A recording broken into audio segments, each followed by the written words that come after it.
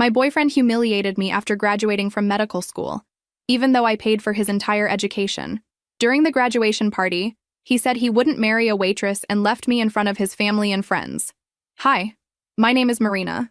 I'm going to tell you a story that completely changed my life and still makes me reflect on the price of arrogance, and how sometimes the people we underestimate can surprise us in unimaginable ways. I always knew my life wouldn't be easy, but I never imagined it would take the turns it did. I'm 26 years old, and I worked as a waitress at Bella Vista restaurant for almost 7 years. Well, I used to work there, but I'll tell you everything from the beginning, because this story needs to be told in the right order to make sense. I met Lucas when I was 19. I was in my second year of culinary arts at the local college, dreaming of opening my own bistro someday. He was in his first year of medical school, and seemed like the most determined guy I'd ever met. We fell in love quickly, in that intense way that only happens when you're young and believe that love moves mountains. When he told me about the financial difficulties he was facing to continue his studies, I didn't think twice. I dropped out of college in the middle of my 3rd semester and started working full-time. "It's just for a few years," he would say, holding my hands with that smile that melted me. "When I graduate, I'll take care of you. We'll be a team." And I believed him. I truly believed him. For 6 years, I worked 7 days a week. I picked up extra shifts whenever possible. I sold things my grandmother had left me. An antique watch, some jewelry, even the china cabinet she loved so much. All to pay for his tuition, the absurdly expensive books, lab fees, materials for practical classes. I remember perfectly the day I sold my grandmother's ring to pay for his internship registration fee. I cried in the restaurant bathroom for 20 minutes, but when I got home, I smiled and said I'd gotten a really good tip. Lucas didn't even ask where the money came from. He just kissed my forehead and said, "Thank you, love," before returning to his books. His first years of medical school were tough for both of us. I worked while he studied, and when I came home, he was always stressed, always worried about some exam or assignment. But I understood. Medicine is difficult, and he was working very hard. It was in his 4th year that I started noticing some changes. Small things at first. He began making comments about other waiters at restaurants when we went out to dinner on our rare moments off. "Look how badly this guy serves," he would say. I bet he didn't even finish high school. I felt uncomfortable. But I thought it was just fatigue talking. In his 5th year, when he started the more practical subjects, he would come home telling stories about the patients he treated. At first, they were normal stories, about interesting cases or things he had learned. But gradually, the comments became more cruel. "You won't believe the story a patient told me today," he would say while we had dinner. A 40-year-old woman crying because her husband left her. She said she can't sleep, that she feels useless. Frankly, Marina, some people are very dramatic. They should just get a job and move on. I tried to argue, saying that maybe she was really suffering, but he would roll his eyes. "You don't understand because you don't study psychology. These people just want attention." Without him knowing, I started recording our conversations. It wasn't a conscious decision at first. I was using a new app on my phone that automatically recorded when it detected conversations, a feature for people who wanted to take notes later. But when I realized what was happening, I didn't turn it off. Something inside me told me to keep recording. Maybe it was feminine intuition, or maybe it was just the growing feeling that the man I loved was transforming into someone I didn't recognize. During his internship, the stories got worse. Much worse. "Today I treated an old woman who came complaining about back pain," he told me on a Friday night, while I prepared dinner after an exhausting day at the restaurant. I did all the tests the resident ordered, but it was obvious she just wanted someone to talk to. These old, lonely people are all the same. They invent illnesses to get medical attention. "Lucas," I said, stirring the sauce with more force than necessary. "Maybe she really was in pain," he laughed. "Marina, dear, when you understand medicine as much as I do, then we can discuss diagnoses." That was the first time he used that tone with me. Condescending. As if I were a child who didn't understand how the world worked. But the worst story came on a Tuesday night, at the end of his internship. I had arrived from work completely exhausted. We had hosted a large wedding at the restaurant, and I had been running around all day. Lucas was in the living room watching TV with a beer in his hand. "You won't believe what happened today," he said, not even looking at me as I took off my shoes. "Remember that woman I told you about last week? The one who had a son with cancer?" I vaguely remembered. He had mentioned a patient who was very shaken because her son was hospitalized. "She took her own life during the night," he said, taking a sip of beer. "Apparently she couldn't deal with the boy's death. Frankly, Marina, what weakness. What did she think she would solve by doing that? The son isn't coming back." I felt my stomach turn. That woman had lost her child, and then I couldn't even finish the thought. Lucas, how can you talk like that? She was a mother who lost her child. Imagine the pain she was feeling. He finally looked at me, and there was something cold in his eyes that I had never seen before. Marina, you work serving food to people. I work saving lives. Don't confuse your experiences with real medical knowledge. Some patients simply don't have the emotional structure to deal with reality. That's how it works. That night, lying in bed next to him while Lucas slept soundly, I stared at the ceiling and wondered who this man was. The Lucas I knew, the one I loved, would never speak that way about a mother's pain. But there he was, breathing calmly, as if he hadn't just demonstrated a coldness that gave me chills. My phone was on the nightstand, and I knew that conversation was recorded, along with all the others from recent months. Something inside me said I would need those recordings someday. I still didn't know what for, but some instinct told me to keep them safe. That's when I started seeing Lucas with different eyes, and what I saw didn't please me at all. The weeks following that terrible conversation were strange. Lucas seemed not to notice how his words had affected me, or simply didn't care. He continued coming home with his stories from the hospital, each one more cruel than the last. Today was funny, he said on a Thursday, while I prepared a sandwich for him to take to his night shift. A 50-year-old man came crying because he discovered he has diabetes. He said his life was over, that he would never be the same again. You have no idea how dramatic some people are. I stopped cutting the tomato. Lucas, diabetes is a serious disease. He was probably scared. Marina, he sighed, as if explaining something obvious to a child. He just needs to take insulin and follow a diet. It's not terminal cancer, but of course you wouldn't understand the difference. That comment cut deep. After 6 years financing his studies, after giving up my own dreams, he spoke to me as if I were ignorant. But the conversation that really marked me happened the following week. Lucas came home later than usual, looking agitated. I was watching a movie in the living room when he threw himself on the couch next to me. "What a day," he said, running his hands through his hair. "Remember that woman I told you about? The one with the son with cancer who took her own life?" My blood ran cold. I remember. Well, today her parents showed up at the hospital wanting to talk to someone from the team that took care of their grandson. They're trying to understand how everything happened. Lucas laughed, but it was a humorless laugh, as if anyone could explain why a person decides to be so weak. "Lucas!" My voice came out louder than I intended. "How can you talk like that? They lost their daughter and grandson. So what?"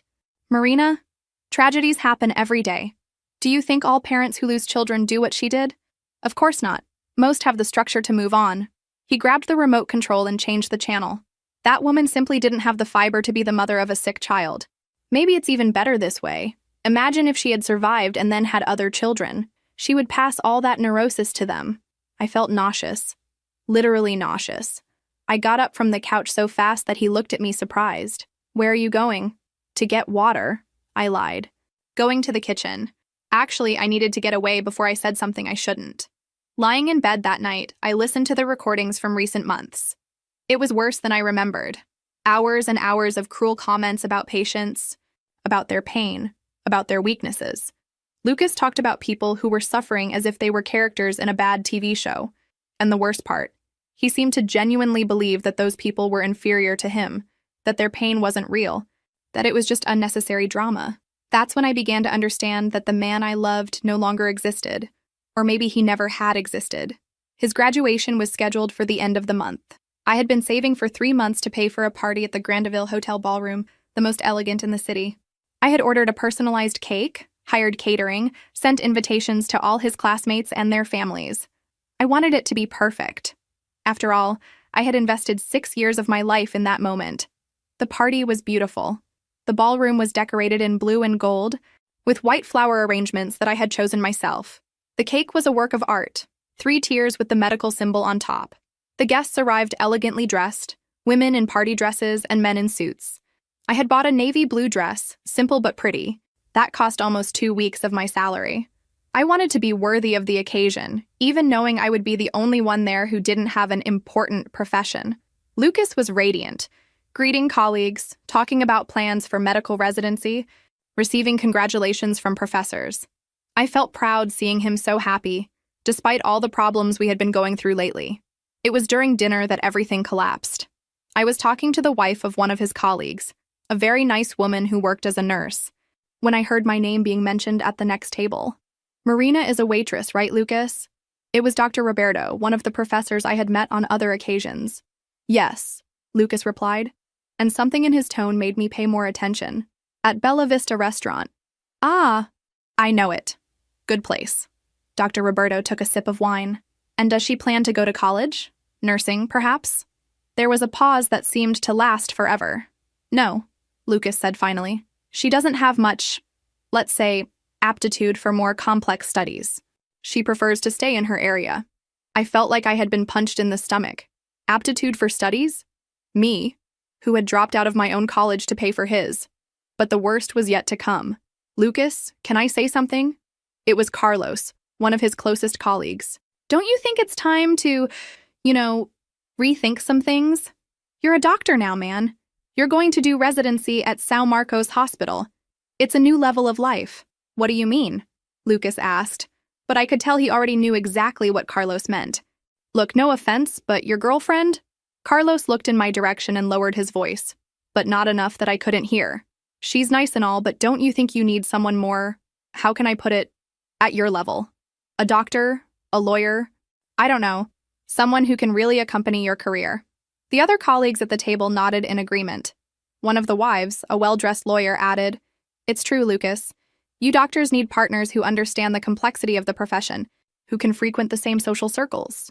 Lucas was silent for a few seconds, fiddling with his napkin. You're right, he said finally. I've been thinking about this for some time. At that moment, I felt as if the floor had disappeared beneath my feet. 6 years. 6 years of my life, my dreams, my savings, all to hear that I wasn't at his level. I got up from my chair without making a sound and walked to their table. Everyone stopped talking when they saw me approaching. Excuse me, I said, with the calmest voice I could manage. May I interrupt for a moment? Lucas turned red. Marina, You don't need to explain anything, Lucas. I picked up the champagne glass that was in front of me and raised it in the air. I'd like to make a toast. All conversations in the ballroom stopped. Everyone looked at me. A toast to our new doctor, Lucas Mendonça. My voice echoed through the silent ballroom, who managed to graduate thanks to his own effort, dedication, and own resources. Lucas went pale. I wish him great success in his medical career, and that he finds a companion truly at his level. I gave a sweet smile, one of those I used with difficult customers at the restaurant, someone who can accompany him in the appropriate social circles. I drank all the champagne at once, put the glass on the table, and grabbed my purse. Oh, Lucas, I said, already walking toward the exit. The party bill is paid. Consider it a graduation gift. After all, it was all with your own resources, wasn't it? I left the ballroom with my head held high, under the astonished gaze of all the guests. Only when I reached my car did I start shaking. But it wasn't from sadness. It was from pure rage.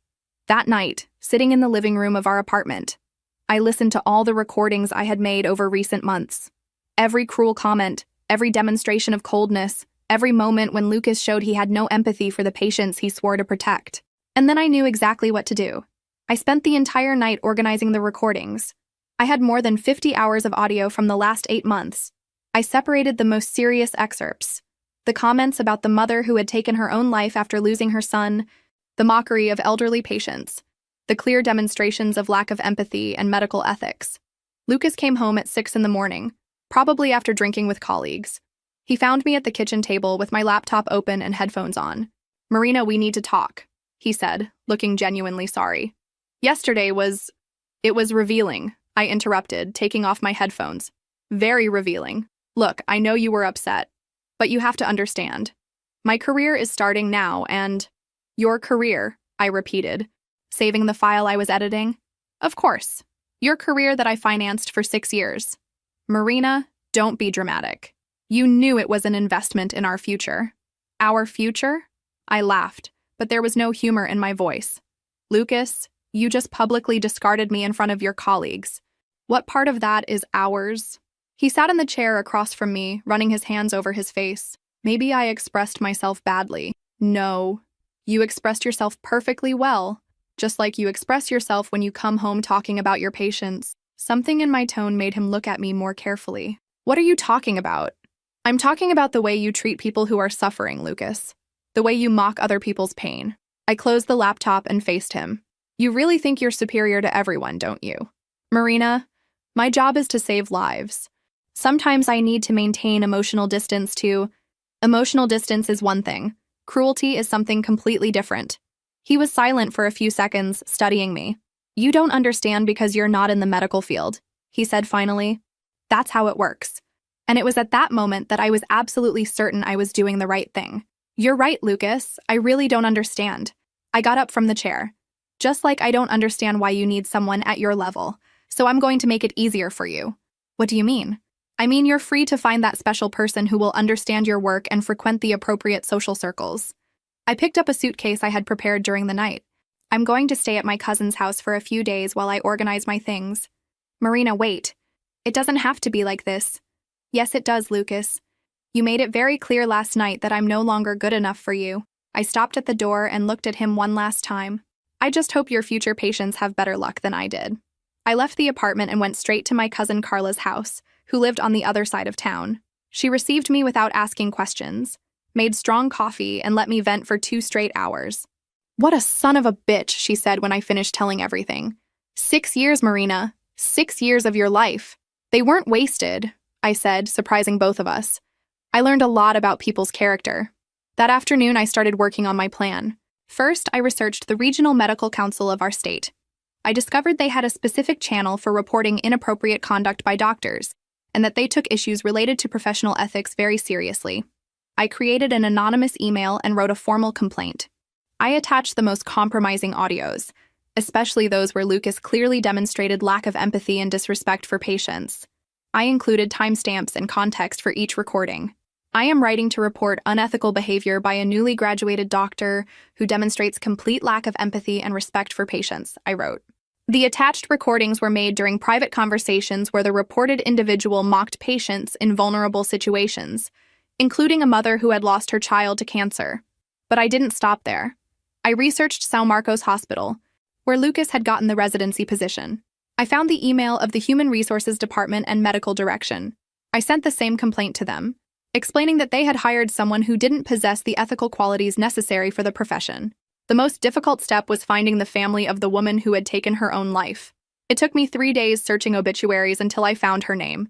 Elena Cardoso, 38 years old, who had lost her son Miguel, 8 years old, to leukemia. I found her husband's profile on social media. From what I could see, he was devastated, frequently posting tributes to his wife and son. I created another anonymous email and sent a careful message. Mr. Cardoso, I deeply regret your loss. I am contacting you because I believe you have the right to know how your wife was treated by the medical team during your son's hospitalization. I am attaching recordings of one of the doctors who followed the case, speaking about her in a disrespectful and cruel manner. I believe this may be useful if you decide to take legal action. I sent everything on a Monday morning. On Tuesday, I received a call on my cell phone. Marina? It's Lucas. You need to come home, now. From his voice, I knew my plan had worked. Why? Did something happen? I feigned innocence. Did something happen? Marina, the hospital fired me. The medical council is investigating me. Someone sent recordings. He stopped talking abruptly. Recordings? I repeated.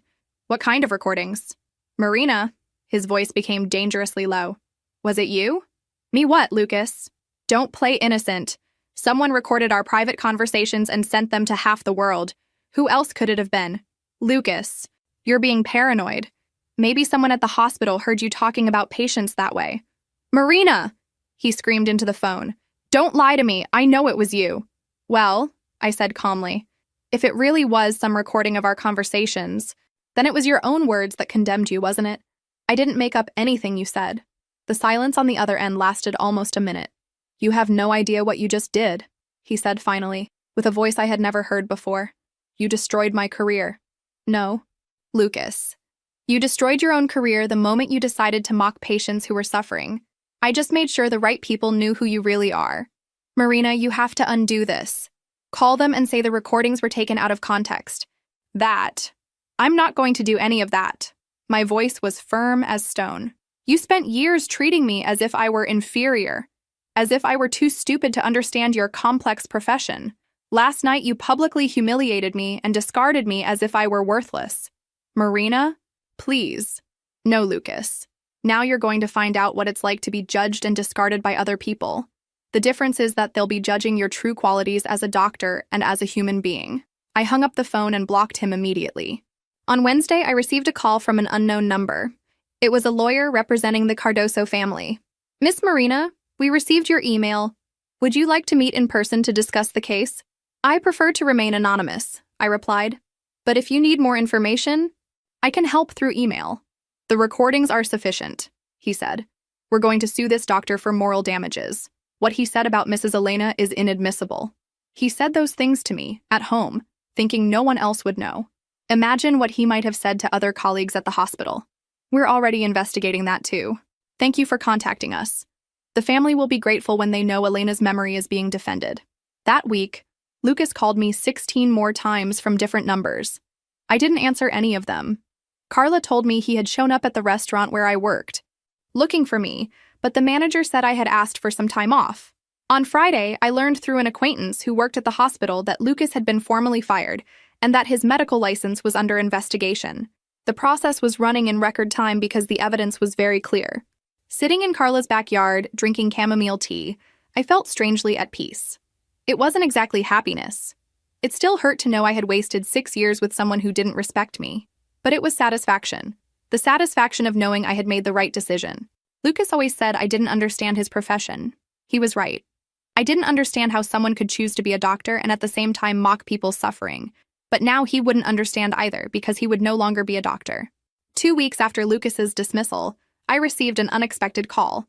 It was Dr. Roberto, the professor who had been at the graduation party. "Marina, this is Dr. Roberto Silva. Do you remember me?" My heart raced. "Of course, Dr. Roberto. How did you get my number?" "Through the hospital." "Look, I need to talk to you. Could you come here this afternoon?" "About what?" I pretended not to know. "About Lucas, and about the recordings that reached the medical council." I arrived at São Marcos Hospital at 2 in the afternoon, wearing my best business dress and trying to look more confident than I felt. Dr. Roberto received me in his office, along with Dr. Ana Beatriz, the head of the medical ethics department. "Marina, thank you for coming," Dr. Roberto said. "Please, sit down." "Miss Marina," Dr. Ana Beatriz spoke, "do you know why you're here?" "I imagine it's about Lucas," I replied calmly. "The recordings that were sent to the medical council, were you the one who made them?" I took a deep breath. "Yes." Dr. Roberto leaned forward in his chair. "Why?" "Because for months I listened to Lucas mock patients who were suffering. I heard him treat people's pain as if it were a joke. And when he publicly humiliated me at the party, I decided that other people needed to know who he really was. Do you understand that recording private conversations without consent can have legal implications?" Dr. Ana Beatriz asked. "I understand. But I also understand that a doctor who mocks a mother who took her own life after losing her child shouldn't be treating patients." The two doctors exchanged glances. "Marina," Dr. Roberto said slowly, "we investigated the allegations. We spoke with other residents, with nurses, with supervisors. Lucas's behavior during the internship was problematic." "How so?" "Several colleagues confirmed that he demonstrated lack of empathy with patients. A nurse reported that he made inappropriate comments about an elderly patient. A supervisor said he always thought his behavior was too cold, but didn't have concrete evidence." Dr. Ana Beatriz continued, "Your recordings not only confirmed these suspicions, but revealed a much more serious pattern than we imagined. What he said about Mrs. Elena Cardoso was particularly shocking." "Do you think I did the right thing?" I asked. "As people, yes," Dr. Roberto replied. "As doctors, we believe you possibly saved future patients from being treated by someone who clearly doesn't possess the necessary qualities for the profession. But legally," Dr. Ana Beatriz added, "you may face consequences. Lucas could sue you for privacy violation." "I know," I replied. "But even knowing that, I would do the same thing again." I left the hospital feeling relieved. At least now I knew I wasn't being paranoid. Other professionals had also noticed the problems with Lucas. The following week, the medical council made a decision. Lucas had his medical license suspended indefinitely, pending a complete investigation into his ethical conduct. The case was widely reported in local media as an example of a young doctor who lost the right to practice medicine before even truly starting his career. The City Today newspaper published an article with the headline, "Newly Graduated Doctor Loses License for Lack of Ethics with Patients." The article didn't mention my name, but described the recordings as compelling evidence of disrespect toward patients in vulnerable situations. Lucas tried to hire a lawyer to contest the decision, but the case was well-founded. The recordings were clear, and testimony from other hospital professionals corroborated the pattern of inappropriate behavior. 2 weeks after the suspension, he finally managed to find me. I was leaving the supermarket when I saw him leaning against my car. "We need to talk," he said. He looked terrible, unshaven, wrinkled clothes, deep dark circles under his eyes. "We have nothing to talk about, Lucas. Marina, please, 5 minutes." I looked around. We were in a public parking lot with several people nearby. 5 minutes. "You destroyed my life," he said. And for the first time in years, his voice didn't have that tone of superiority. 6 years of college, my entire future, everything lost. "No, Lucas. You destroyed your own life when you decided that mocking patients was acceptable. Those were private conversations. All doctors make comments about patients at home. It's a way to deal with stress." "Maybe some do," I replied, "but not in such a cruel way as you did. And certainly not about a mother who had just lost her child and then took her own life." He ran his hands through his hair, looking desperate. "Marina, I can change, I can get therapy, It's too late for that, Lucas. Please," he said. And for the first time since I'd known him, I saw tears in his eyes. "You can call the medical council, say the recordings were taken out of context. I'm not going to do that." "Why? Why do you want to destroy me?" I stopped walking and faced him. "I don't want to destroy you, Lucas. I want to protect the patients you could have treated in the future. You demonstrated that you have no empathy, that you don't respect people's pain. A doctor like that is dangerous. I would never hurt a patient, maybe not physically, but you were already hurting them emotionally, with your coldness, with your lack of compassion. Imagine what a person who's already fragile feels when they realize the doctor doesn't care about them." Lucas was silent for a few seconds. "And what about us?" he asked finally. 6 years, Marina. Doesn't that mean anything to you?" "It meant everything," I replied, feeling a tightness in my chest. "Until you made it clear that I was never enough for you, that I was just the stupid waitress who funded your studies until you found someone at your level." "I didn't mean—" "Yes, you did. Lucas. And you know what's worse? You really believe that. You really think you're superior to other people, and that arrogance is exactly what brought you here." I got in my car and closed the door. Through the window, I saw Lucas standing in the middle of the parking lot, looking completely lost. That night, I received a call from the Cardoso family's lawyer. "Miss Marina, I have good news. The medical council accepted our request for additional investigation. They're going to review all the cases this doctor followed during his internship, and the moral damages lawsuit. It's going well. With the recordings and his history at the hospital, we have a very strong case. The family will be grateful to know we achieved justice for Elena." After hanging up, I sat on Carla's porch and thought about how my life had changed dramatically in just a few weeks. A month ago, I was the dedicated girlfriend of a future doctor. Now I was the woman who had ended his career before it even began.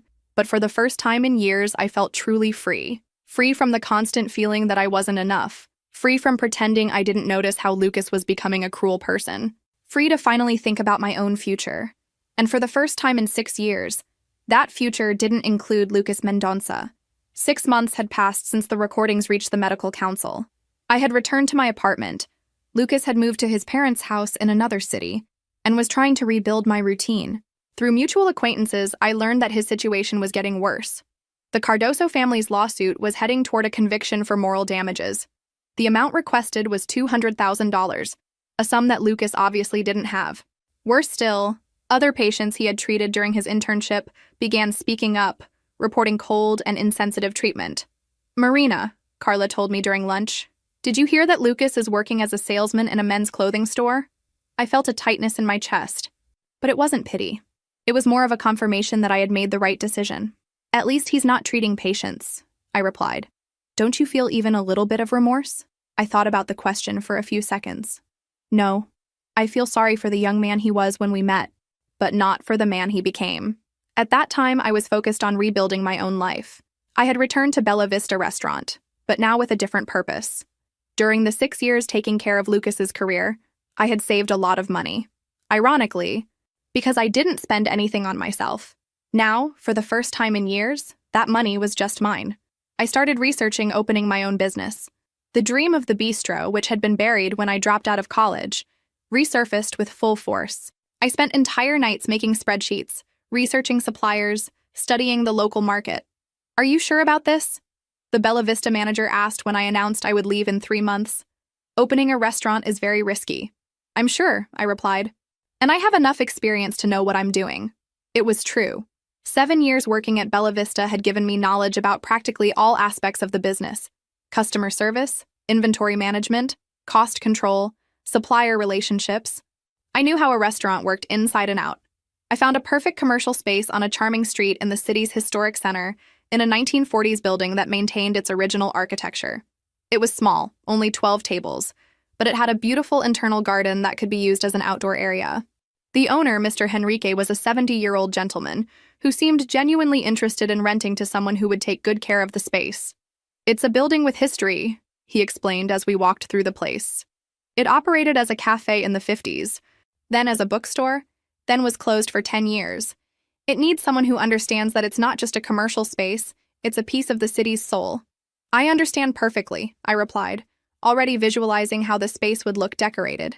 Can I see the documents? The rent was within my budget, and the location was perfect. Close to offices, some boutiques, and a small theater that always had movement on weekends. I spent 2 weeks negotiating the details and finally signed the contract. My bistro would become reality. I decided to call it Spice and Memory, a name that reflected my philosophy that good food should touch people's feelings, create emotional memories. The next 3 months were crazy with renovations, licenses, equipment purchases, and staff hiring. I made sure to be present in every detail, from choosing wall colors to testing each supplier. I hired 2 employees, Paula, an experienced 40-year-old cook who had worked in several restaurants in the city, and Miguel, a 22-year-old young man who would be responsible for service and wanted to learn about restaurant management. Marina, Paula told me during preparations for opening, are you sure you want to bet on such a varied menu? Usually bistros focus on simpler dishes. I want to offer options for all tastes and budgets, I explained. From a $15 gourmet sandwich to a $45 executive plate. I want anyone to feel welcome here. The menu I developed mixed contemporary Brazilian cuisine with international influences. It had vegetarian, vegan, gluten-free options. Each dish was tested dozens of times until it was perfect. The opening happened on a rainy Friday in October. I was more nervous than I had ever been in my life. What if nobody showed up? What if the food wasn't good? What if I had made a terrible mistake? But at 11:30 in the morning, half an hour before the official opening, I already had a small line at the door. The first customer was an elegant gray-haired lady who ordered the grilled salmon sandwich with herb cream cheese. It's delicious, she said, smiling as she chewed. How long have you been working with gastronomy? 7 years in restaurants, I replied, but this is my first own business. Well, you have talent. I'll recommend it to my friends. And she really did recommend it. By the end of the first week, I already had regular customers. By the end of the first month, I had full weekend reservations. What made me proudest weren't just the numbers, but the customer comments. Food with soul, wrote one person on Google. Welcoming service and unique dishes, commented another on Instagram. 3 months after opening, I received an unexpected call. Marina, this is Dr. Roberto. Do you remember me? Of course, Dr. Roberto. How are you? Very well. I heard about your restaurant through a colleague. He said it's excellent. Thank you. It's been an incredible experience. Marina, I'm actually calling to tell you news about Lucas's case. My stomach contracted. What happened? The medical council finalized the investigation. His suspension was converted to definitive revocation. He will never be able to practice medicine in Brazil again. I felt a mixture of feelings. Part of me felt validated. My decision had been correct. But another part felt sadness for the life that had been wasted. And the Cardoso family's lawsuit? He was sentenced to pay $150,000 in moral damages. Since he can't afford to pay, his assets will be seized. I understand.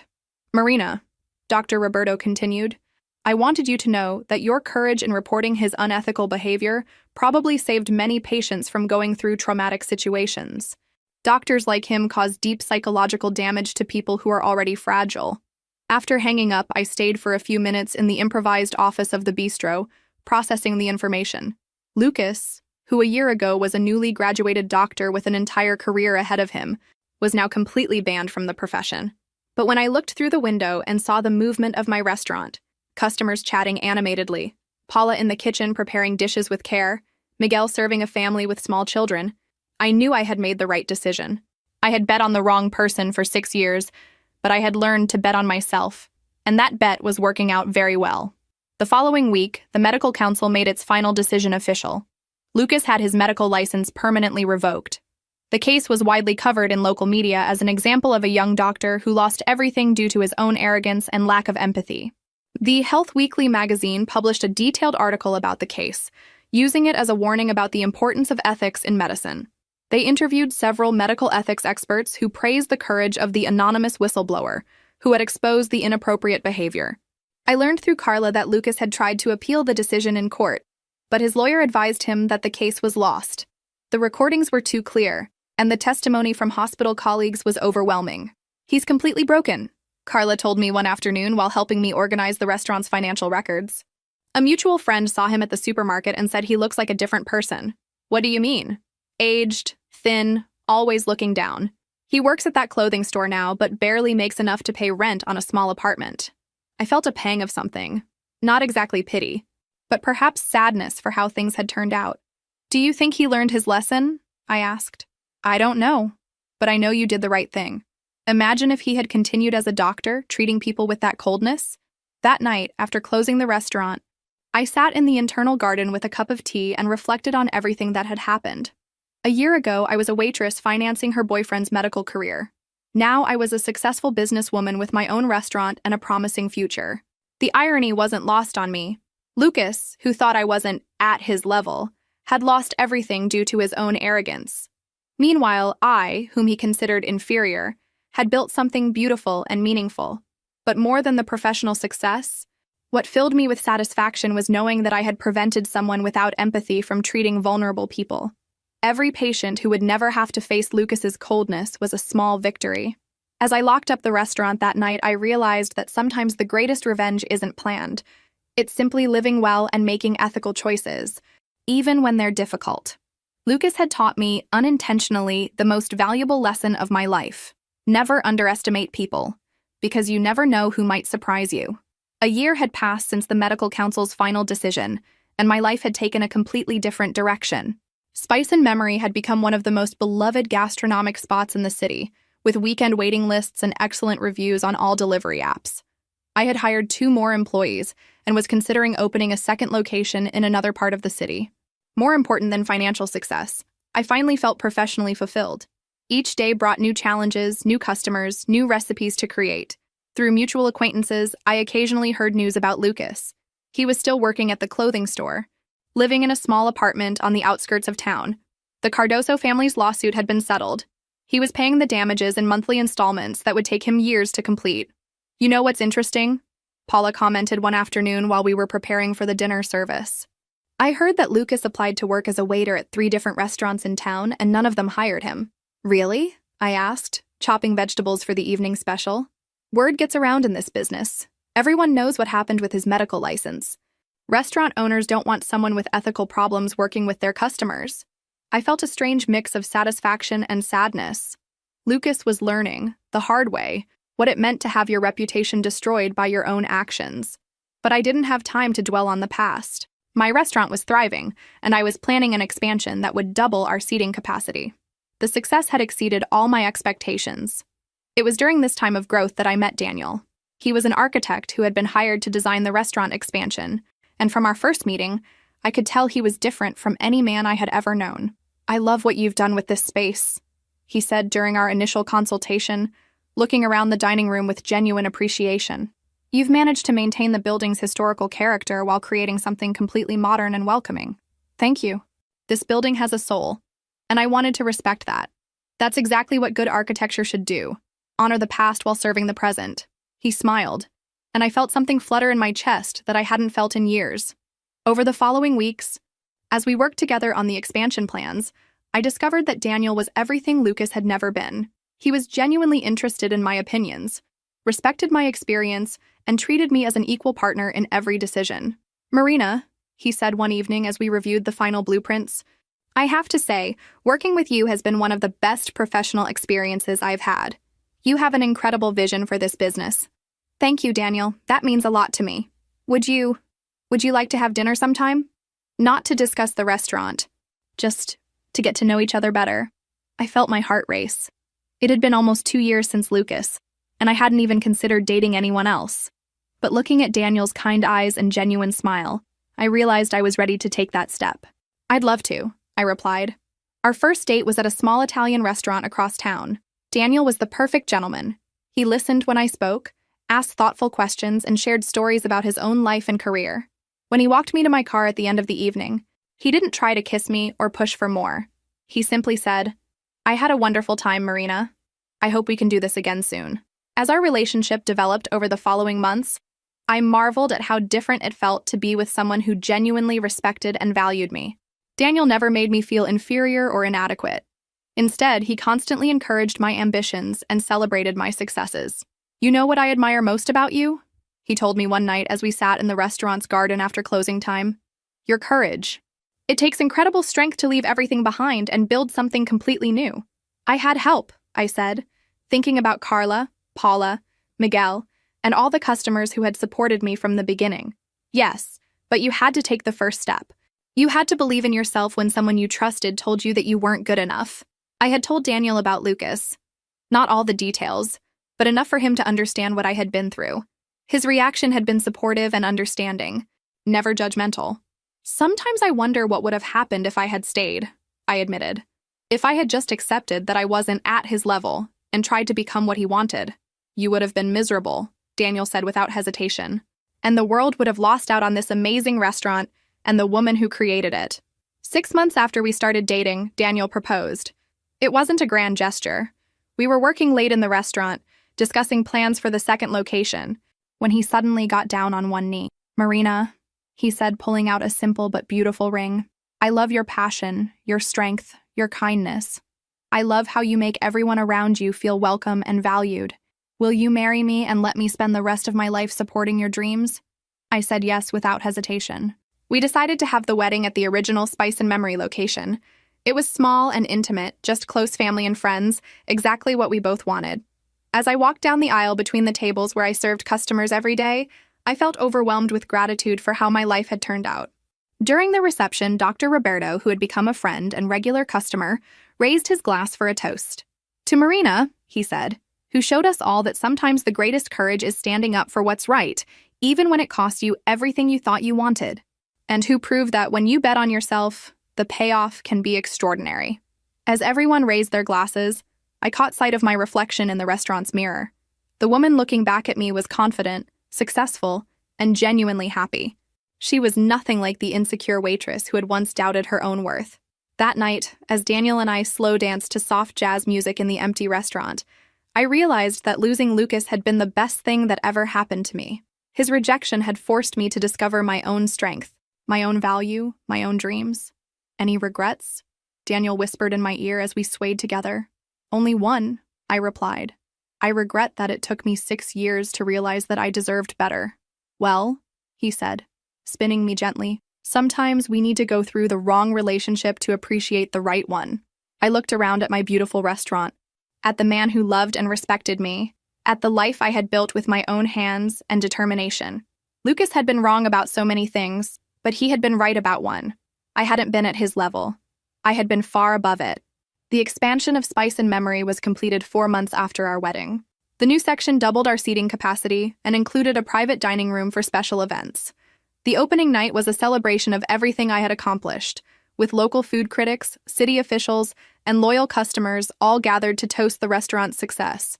"Ladies and gentlemen," I said, addressing the crowd from behind the bar, "when I opened this restaurant 2 years ago, I had a simple dream: to create a place where everyone felt welcome, where food was prepared with love, and where memories were made around every table." The crowd applauded, and I saw faces I recognized, regular customers who had become like family, Paula and Miguel beaming with pride, Daniel looking at me with such love that it took my breath away. Tonight, as we celebrate this expansion, I want to thank everyone who believed in that dream when it was just an idea in the head of a former waitress who thought she could run her own restaurant. More applause, and I felt tears of joy threatening to spill over. This success belongs to all of us. Every customer who recommended us to a friend, every employee who treated our guests like family, every person who took a chance on something new. Thank you for making Spice and Memory not just a restaurant, but a community. As the evening wound down and the last guests said their goodbyes, I stood in the middle of my expanded restaurant and marveled at how far I had come. 3 years ago, I had been a woman whose dreams were on hold, whose self-worth was tied to someone else's approval, whose future seemed dependent on another person's success. Now I was a successful business owner, a wife to a man who cherished me, and a woman who had learned that the only approval that truly mattered was her own. The irony wasn't lost on me that Lucas, who had once dismissed me as just a waitress with no aptitude for complex studies, had lost his prestigious career while I had built something lasting and meaningful. But more than the professional reversal, what satisfied me most was knowing that I had prevented harm to vulnerable people and had found the courage to stand up for what was right. As Daniel helped me lock up the restaurant that night, I realized that revenge, when it comes naturally through living well and making ethical choices, is far sweeter than any deliberate act of retaliation could ever be. 2 years had passed since my wedding to Daniel, and Spice and Memory had become a small empire. We now had 3 locations across the city, employed 15 people, and were featured in regional food magazines as one of the most innovative restaurant concepts in the state. More importantly, I had found a balance between professional success and personal happiness that I never thought possible. Daniel and I were partners in every sense of the word. He had left his architecture firm to become the business manager for our restaurant group, and together we were planning to expand to other cities. It was on a quiet Tuesday afternoon, during the slow period between lunch and dinner service, that I saw Lucas for the first time in over 3 years. He was standing on the sidewalk across from the original restaurant, looking through the window. He appeared to have aged much more than the years that had passed. He was thinner, dressed in simple but clean clothes, with an expression I couldn't quite decipher. For several minutes, we just looked at each other through the glass. Then he pushed the door open and entered. "Hi, Marina," he said, stopping a few feet from the entrance. "Lucas." My voice came out calmer than I expected. "What are you doing here? May I sit?" He gestured toward one of the empty tables. I looked around. Miguel was in the kitchen helping our new sous chef, and there were only 2 customers at a table in the back. 5 minutes. He sat at the table closest to the bar, and I remained standing. "Nice place," he said, looking around. "You achieved your dream?" I did. There was no pride in my voice, just acknowledgement of a fact. "Marina, I came here to apologize." I sighed. "Lucas, it's been 3 years. Why now?" "Because it took me all this time to understand what really happened, to understand who I had become."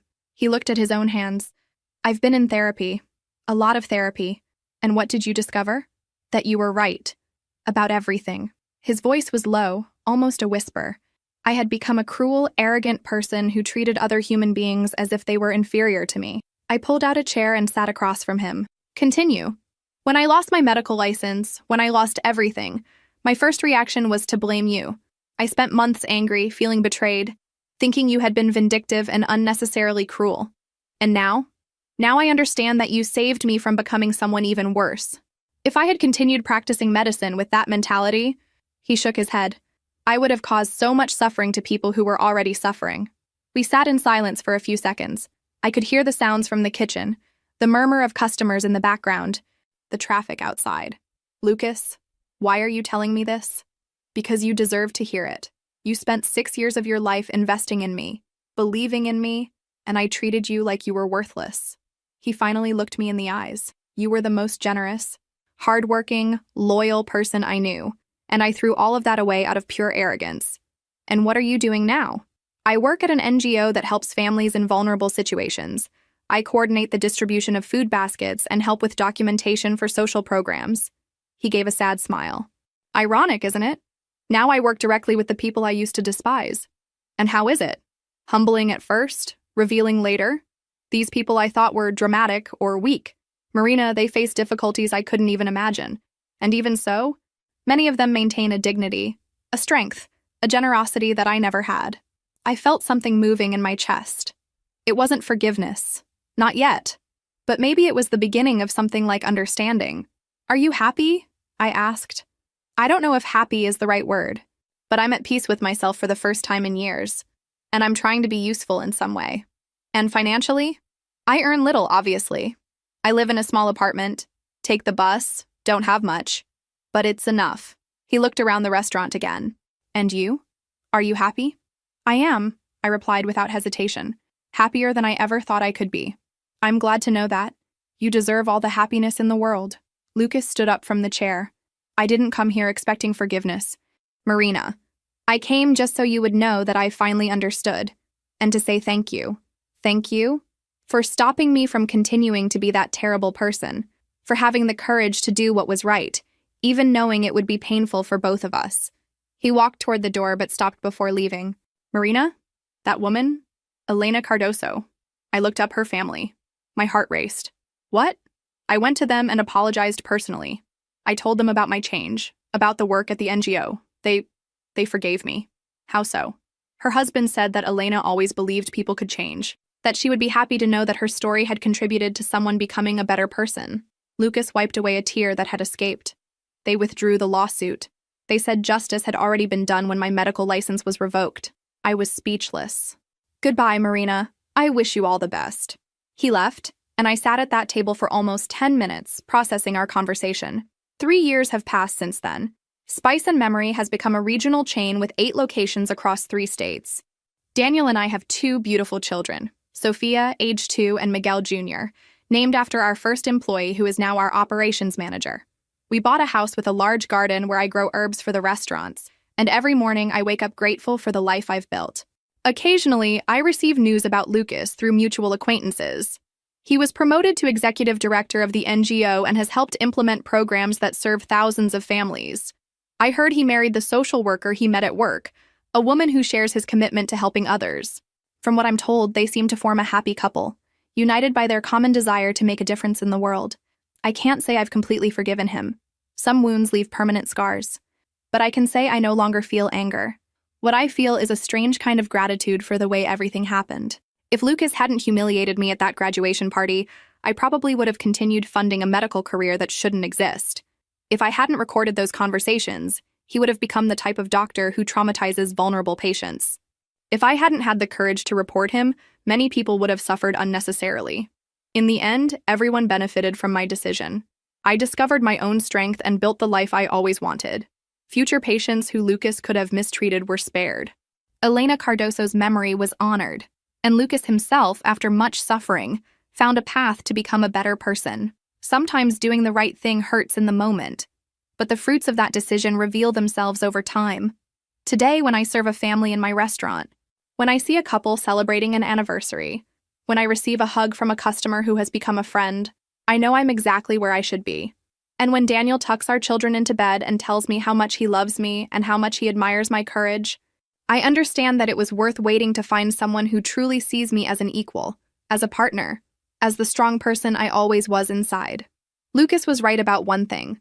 I really didn't understand medicine, but I understood dignity, respect, treating people with humanity.